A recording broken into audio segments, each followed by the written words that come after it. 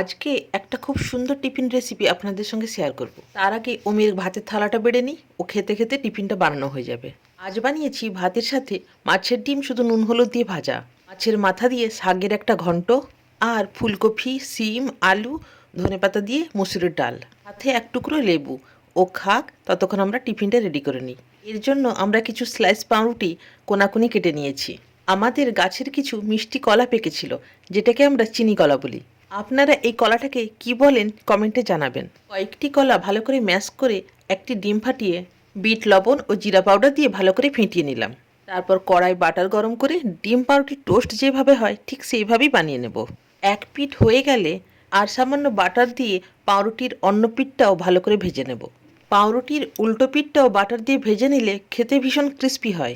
আজমকে টিফিনে দিলাম ডিম পাউরুটি কলা টোস্টের সাথে দুটো গাজরের সন্দেশ। এই সন্দেশের রেসিপিটা চ্যানেলে দেওয়া আছে।